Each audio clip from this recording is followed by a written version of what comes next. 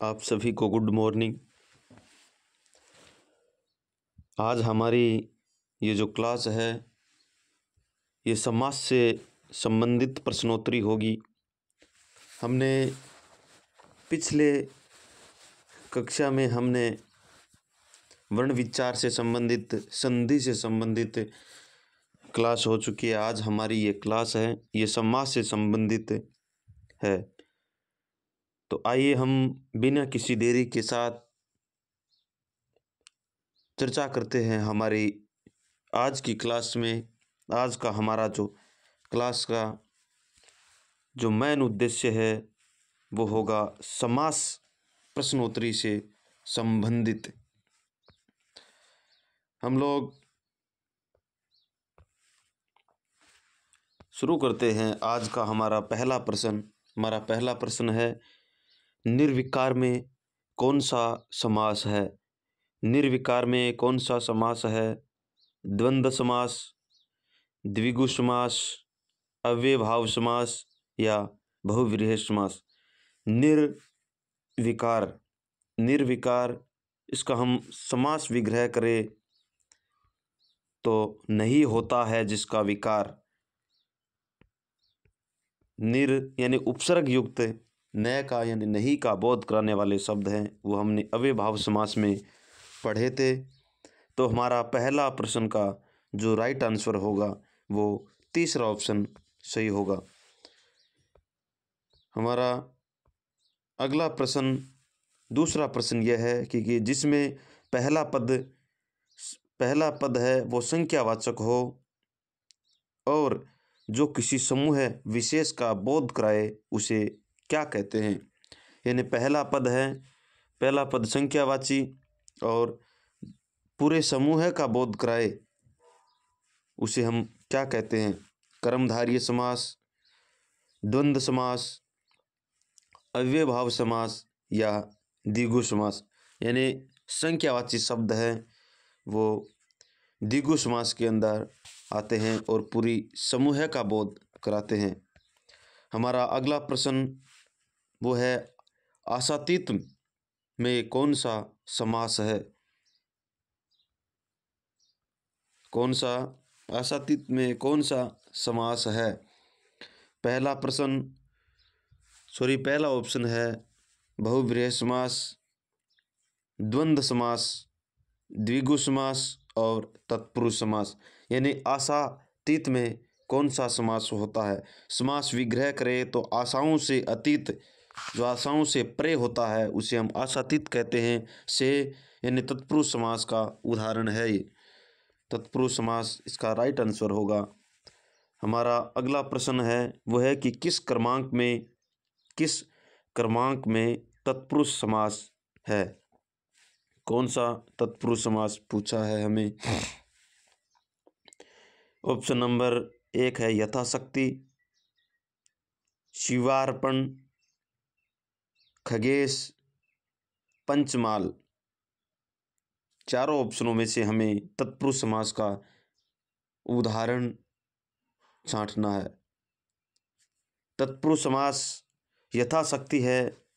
यथाशक्ति के अंदर अव्ययभाव समास होगा। पंचमेल के अंदर 5 मेल पंचमेल, उसे हम कर्मधारय समास, या फिर खगेश में कर्मधारय समास और पंचमेल में हम लोग है वो द्विगु समास या फिर बहुव्रीहि समास रख सकते। शिवार्पण, शिव के लिए अर्पण के लिए तत्पुरुष समास है वो दूसरे यानी शिवार्पण में होगा।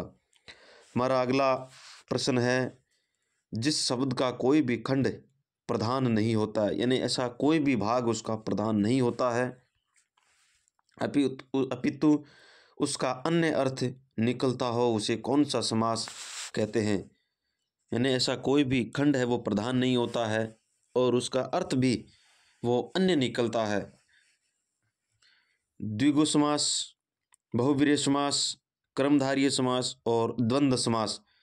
इसमें बहुव्रीहि समास है, इसका अपना खुद का कोई भी उदाहरण नहीं होता है, दूसरे के उदाहरणों को लेकर के अपना बना लेता है। और इसका कोई भी पद है वो प्रधान नहीं होता है, अन्य पद के लिए रूढ़ हो जाता है। हमारा अगला प्रश्न है वह है कि किस क्रम में समास का सही प्रयोग हुआ है। किस क्रम में इस समास का सही प्रयोग हुआ है। नंबर 1 राम कृष्ण बहुवीर्य समास। नंबर 2 यमुना तट कर्ण तत्पुरुष समास। नंबर 3 कनकलता कर्मधारय समास। भला मानस द्विगु समास। इनमें से कौन सा ऑप्शन है वो सही, पहले शब्द दे रखे हैं उसके सामने समास दे रखे हैं कि इनमें से कौन सा सही जोड़ा है। यानी राम और कृष्ण के अंदर द्वंद्व समास आएगा, द्वंद्व समास आएगा। यमुना के तट, यमुना के, तो इसके अंदर तत्पुरुष समास आएगा,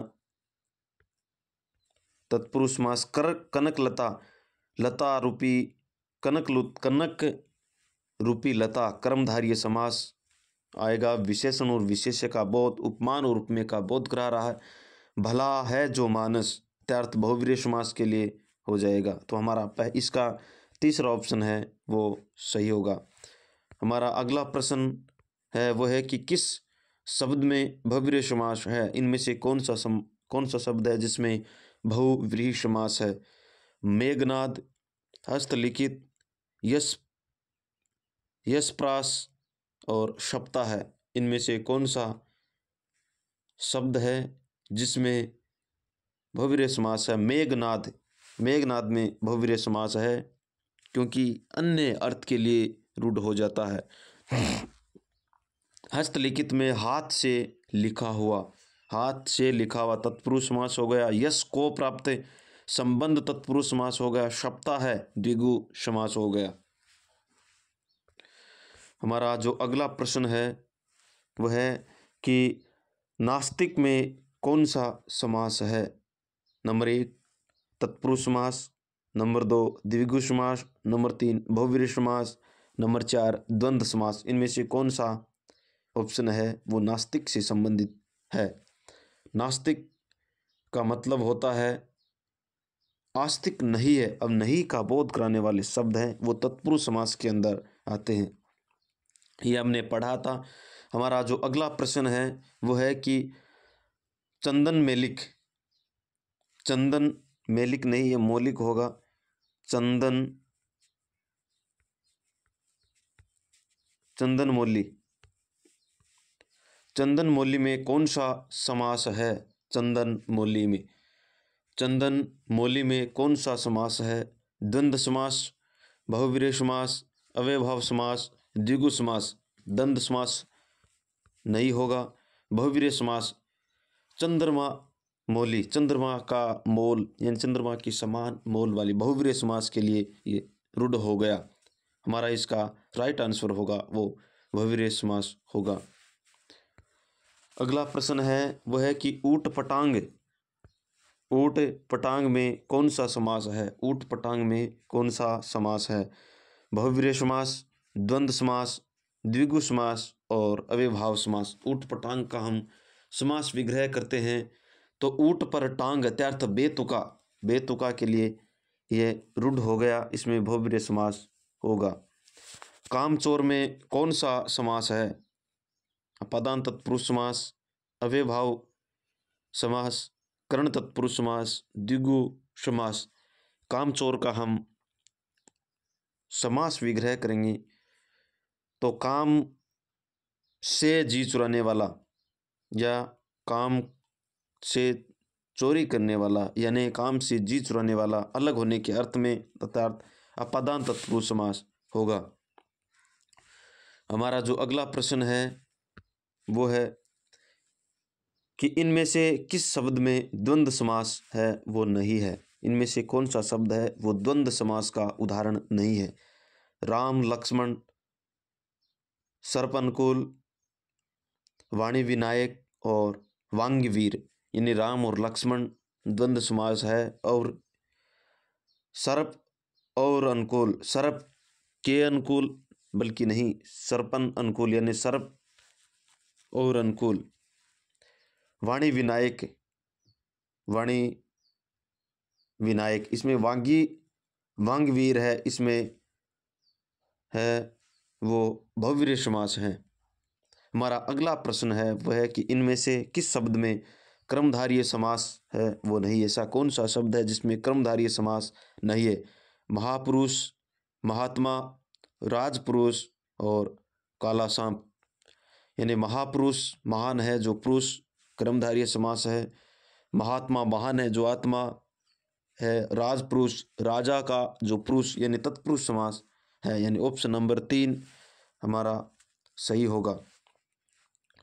अगला प्रश्न है वह है कि इनमें से कौन सा शब्द है अव्ययभाव समास का उदाहरण नहीं है। दिनों दिन, मनमाना, हर रोज, यथाक्रम। इनमें से कौन सा है वो अव्ययभाव समास का उदाहरण नहीं है। दिनों दिन, मनमाना, हर रोज और यथाक्रम।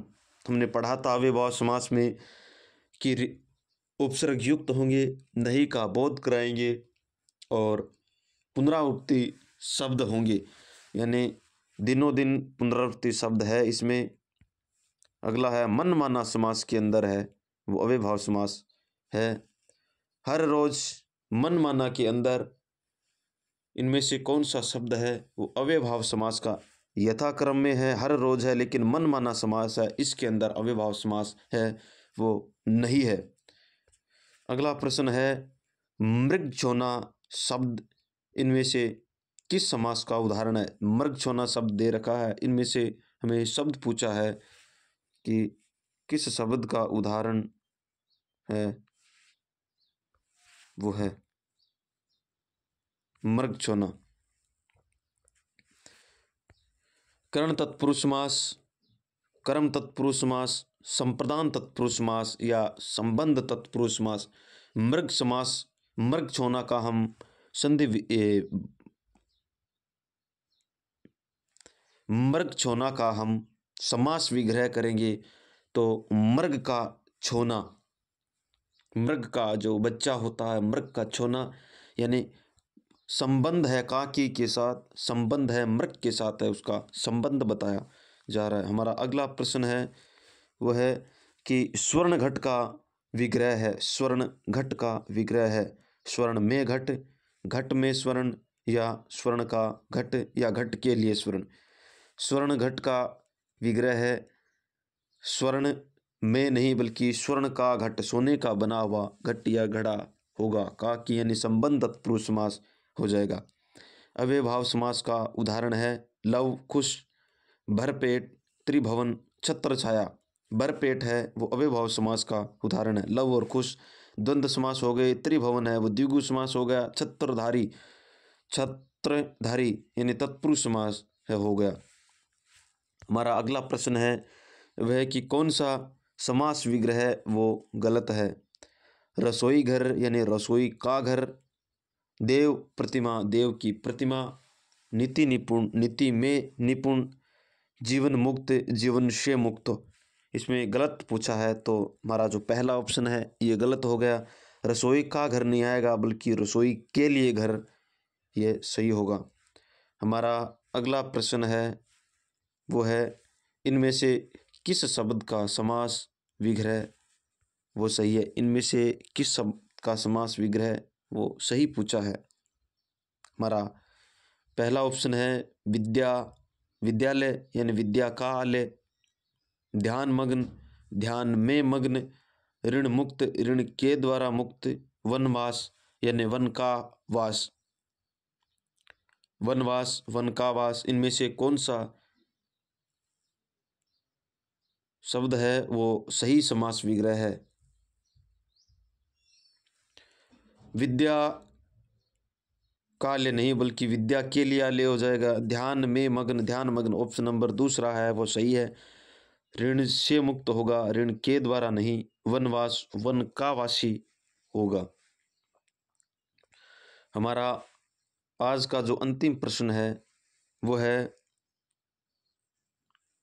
कि पुष्प धनवा का सही समास विग्रह है। पुष्प धनवा पहला ऑप्शन है जो पुष्पों की धेनु है, जो पुष्पों से धनवान है, पुष्पों का धनुष है जिसका, जो पुष्पों से आच्छादित है, जो पुष्पों से धेनु है, जो पुष्पों से धनवान है, पुष्पों का धनुष है जिसका। इनमें से कौन सा सही समास विग्रह है? पुष्पों का धनुष है जिसका पुष्प धनवा कहते हैं। आज का हमारा जो अंतिम प्रश्न यही था।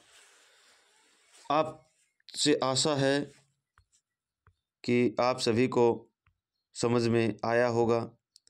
तो हम आगे की चर्चा करेंगे अगली क्लास में। तब तक के लिए आप सभी को धन्यवाद।